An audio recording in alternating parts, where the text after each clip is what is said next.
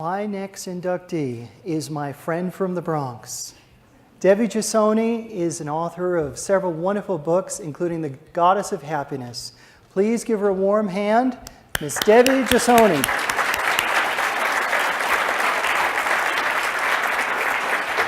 Thanks, Mike. It's actually the Bronx, not the Bronx.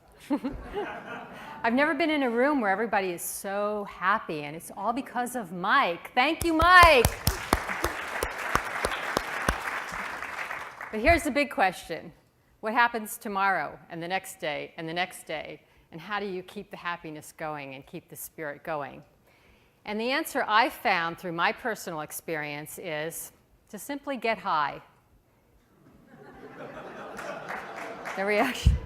Okay, now I know which one of you are thinking, I knew that was the secret, I just knew it. Well, don't get too excited. I'm not talking about getting high on drugs. I'm talking about a personal mantra that I use to get high on drugs. No, to stay happy and be happy all the time. And it's an acronym, actually, and the first letter stands for humor. I don't know about you, but I know that no matter how horrible a situation is, you can always find some isolated moments that are funny by themselves. Whenever reporters ask me, what was the single most important thing that got you through a very tragic time in my life when I lost 4 family members in 4 years, one from suicide? And I always default to humor because I know that it works and it's so powerful.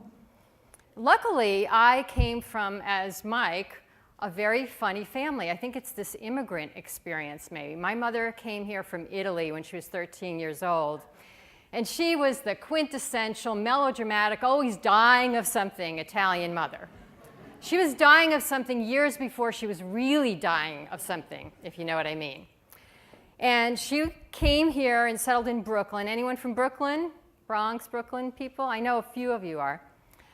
Well, she had this accent, Brooklyn, Italian, American, and she would just make up her own phrases when she really didn't know what she was talking about. In fact, she once told someone she quit smoking cold duck. Yeah, that's what I grew up with. Yeah, cold duck. So when she got a brain tumor and suffered for 10 years, chronically ill in and out of hospitals, we still found some very isolated moments to laugh about, and that's what really got us through this time. So it was no surprise to me that the biggest laugh I got was at her funeral. Well, actually at the wake. I remember walking up to the coffin with my sister, and my mother was all decked out, as she requested, in her gown and her red hair all poofed up and her signature red lipstick, and she had these very full lips, and she was a very beautiful woman. And I looked down at the coffin, and I noticed that I don't know what the mortician does to the body to make it look real, but her lips were slightly upturned on the corners. And I immediately turned to my sister and I said, she looks like the Joker in Batman. And my sister started giggling, and I started giggling. And then I sat down, and the priest was giving the eulogy, and he kept mispronouncing her name over and over again. Her name was Vita, V-I-T-A, it means life in Italian, and he kept calling her Vita, Vita, Vita, Vita, Vita. And all of a sudden, I felt like I was in this surreal environment, like I was in a skit in Saturday Night Live, and I started laughing uncontrollably. Has that ever happened to you? And I was putting a tissue over my face, and I'm laughing. But let me tell you, by the time the priest was done, I was done, and I felt fantastic. I wasn't embarrassed. I wasn't guilty. I felt great. And no one ever mentioned a word about it to me, which was even better. So that is the power of humor. The second letter in high is I, which stands for me to stand for inner awareness. When you truly know yourself inside, you get to know this incredible shining light that you are, that we all are. It's like the Earth, Wind, Fire song, you know, your shining light no matter who you are. I used to have that on my cell phone. For anyone who called, that song would come on, your shining light no matter who you are. And when you get to that point, you get to a point of self-love as well. And when you get to a point of self-love, guess what? You can be happy no matter what's happening around you. It's like being in the eye of a hurricane. You have all this calmness around me. And I found that for me to get to that place, meditation, learning meditation helped. And I did that about 15 years ago after I left my high-tech, high-stress corporate executive job.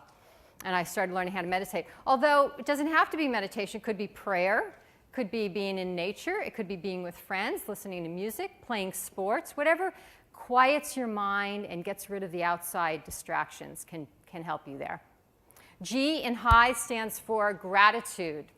We spend an awful lot of time in life wanting what other people have instead of being grateful for what we have. I learned that other people's lives and what they have are really none of my friggin' business, okay? I'm from the Bronx, so I can say that.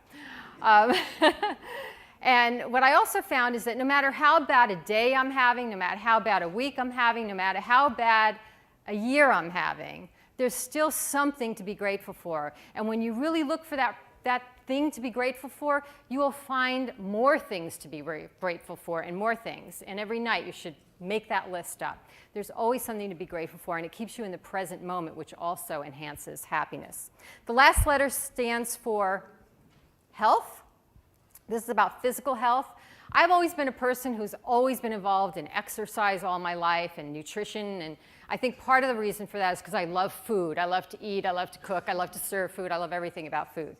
But shouldn't we all want to know about nutrition and exercise? I mean, we have this one body in our lifetime. And sure, you know, you can, and this is our vehicle, right? And you can replace some parts, a knee, a hip here, maybe even a heart, right?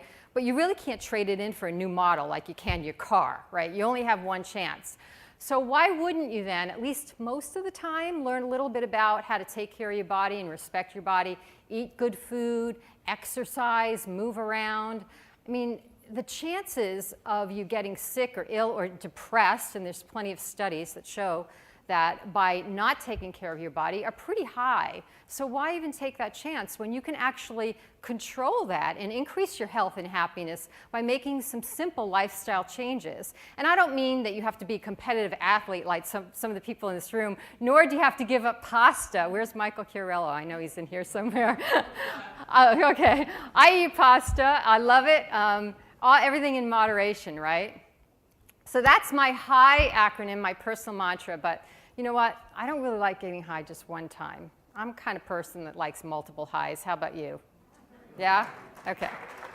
So multiples, anybody? And multiples? Okay. I'll just leave it at that. Anyway, let's add an S to high. And one of the speakers talked about this, and let's make that S stand for service, right? The best way to get happy, really, is to make other people happy. You know, we're not meant to live life alone. We have to really be out there. And this is what Mike's doing. Where's Mike? This is what Mike's doing here at the Happiness Hall of Fame. And this is what each and every one of us can do every moment of our life with everybody that we encounter by treating people with kindness and compassion.